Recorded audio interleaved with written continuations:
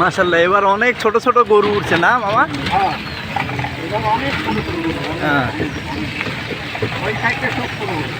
এই ছোট গরুগুলোর কিন্তু বেশি, মানে গারাক বেশি।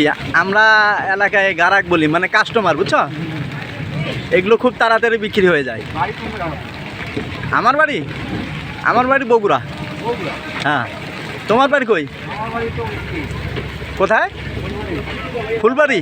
ফুলবাড়ি কি দিনাজপুর? তুমি তো মামা লিচুর দেশের মানুষ।